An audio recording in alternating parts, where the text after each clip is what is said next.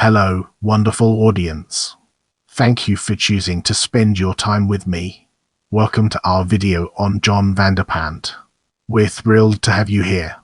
John Vanderpant, January 11, 1884 – July 24, 1939, was a Dutch-Canadian photographer, gallery owner and author. He made his living doing portrait work while becoming known as a major member of the International Modernist photography movement in Canada. He was a key figure in Vancouver's artistic community. Moving forward, we'll be taking a closer look at personal life and early career. Born Jan Vanderpant on January 11, 1884, Vanderpant grew up in Alkmaar. Although expected to take over his father's tobacconist business, Vanderpant developed artistic passions, especially those related to music and literature. From 1905 to 1912, he studied at the University of Amsterdam and Leiden University. He also published a few poems in Dutch literary journals and in 1908 published his only book of poetry, Verzen. His short story, Harvardriet, was published in 1908, and in January of that year the journal Nederland in Rip published Vanderpant's first photograph, A Winter Image. In 1910, while still registered with the University of Leiden, Vanderpant started working as a photojournalist for the magazine Op de Hout.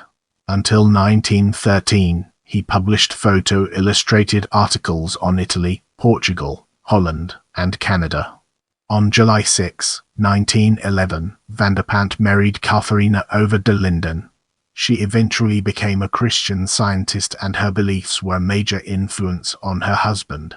They immigrated to Canada in 1911, and Vanderpant published several articles in Dutch newspapers and magazines on Canada as a possible new homeland for Dutch farmers. In 1912, the Canadian government hired Vanderpant to lecture to Dutch audiences on Canadian immigration. Vanderpant and Catharina settled in Okotoks, Alberta, in 1912, where he opened a photographic studio. In 1916, they moved to Fort Macleod and opened another studio while maintaining the one in Okotoks. Eventually, he opened a third studio in Pincher Creek. In 1913, the Vanderpants had 3 children between 1913 and 1917, and in 1913, John 1915 and Catharina 1917. John died from influenza while still an infant. In 1919, John and Catharina Vanderpant and their 2 daughters relocated to British Columbia. They settled in New Westminster, where Vanderpant operated a successful portrait business. As we venture forward, let's examine life and career in British Columbia in detail and gain a deeper appreciation for its significance. In 1921, Vanderpant befriended the Victoria pictorialist, Harry Upperton Knight. The 2 men visited Emily Carr in 1933, and Knight photographed Carr and Vanderpant in her studio. In 1924, Vanderpant met and befriended the restaurateur and amateur photographer, Johan Helders. Both used a silver bromide printing process and Kodak paper, PNC No. 8. Little of Helders' work survives, but a portrait of Yusuf Karsh is among his most known prints. Vanderpant became an active participant in international salons, winning several awards, certificates, and medals. His work conveyed the arresting effects of light and shadow, textures, and compositions. In 1920, he founded the New Westminster Photographic Salon as part of the Fine Arts Gallery of the British Columbia Annual Provincial Exhibition. At one point, that salon exhibited 1,400 prints from 23 countries. From 1923 to 1929, Vanderpant hosted the New Westminster Salon of Pictorial Photography, the only international salon in Western Canada during the years. In addition, he promoted the exhibitions of art by Before Christ and Canadian artists, including the now famous Group of 7. Vanderpant eventually became disillusioned with photographic salons and ended his participation. In 1924, the San Francisco Museum of Art purchased Vanderpant's print window patterns. The next year, he had a one-man show of his prints at the Royal Photographic Society in London, England. From 1925 to 1934, solo exhibitions of his work toured Canada, the United States, and Europe.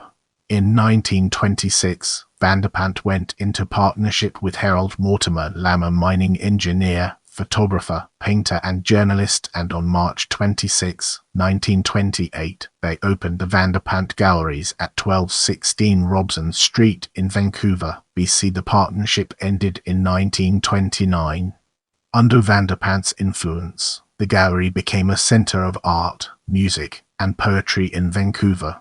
Members of the Vancouver Poetry Society often held meetings and readings at the galleries, as well as several galas. Students from the Vancouver School of Decorative and Applied Arts, the BC College of Arts, and the music faculty from the University of British Columbia attended musical evenings to listen to imported symphonic music played on Vanderpant's Columbia gramophone.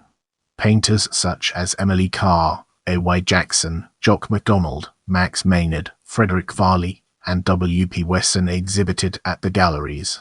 Moreover, in 1931, Vanderpant exhibited what is likely the first Canadian showing of print by the American photographers Imogen Cunningham and Edward Weston. Both appreciated Vanderpant's photography, and Weston stated that Vanderpant's work had imagination, form, vitality. While Vanderpant started as a pictorialist, his work moved from soft focus and romanticized images to more modernist compositions. However, he was never adverse to dodging, cropping, or enlarging, nor did he totally abandon soft focus. During the mid-years he began photographing grain elevators with his 6x9 Ansgar camera with an astigmatic lens. In 1929, he toured central Canada and had a solo exhibition at the Royal York Hotel in Toronto and one at the Chateau Laurier in Ottawa. His photography became more experimental and modernist.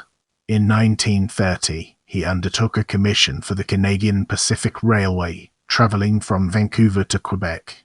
In 1932, Vanderpant had a solo exhibition at the Vancouver Art Gallery that demonstrated his fascination with the beauty found in everyday items such as wrapping paper, light bulbs, stacks of dishes or books, or blocks of wood. Since the years, Vanderpant's images of grain elevators have uniquely represented Canadian industrial architecture.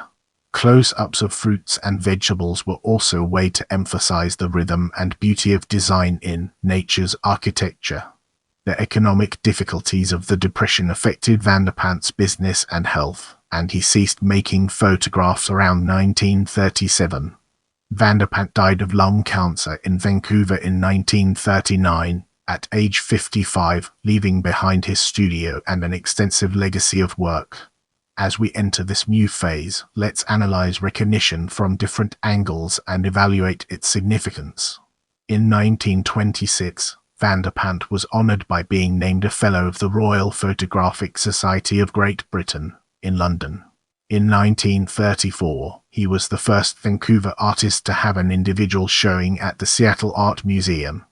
The Vancouver Art Gallery held displays of his prints in 1932 and 1937 and a retrospective in 1940. In 1976, the National Gallery of Canada sponsored an exhibition of his work that traveled across the country. Vanderpant's work is now in the collections of Library and Archives Canada, Ottawa, the National Gallery of Canada, Ottawa, the Art Gallery of Ontario, Toronto, Leiden University, the Netherlands, the Los Angeles County Museum of Art, Los Angeles, CA, the New Westminster Historic Centre and Museum, New Westminster, BC, the Rijksmuseum, Amsterdam, and the Vancouver Art Gallery. I hope you learned something new today. Let me know what you found most interesting in the comments below.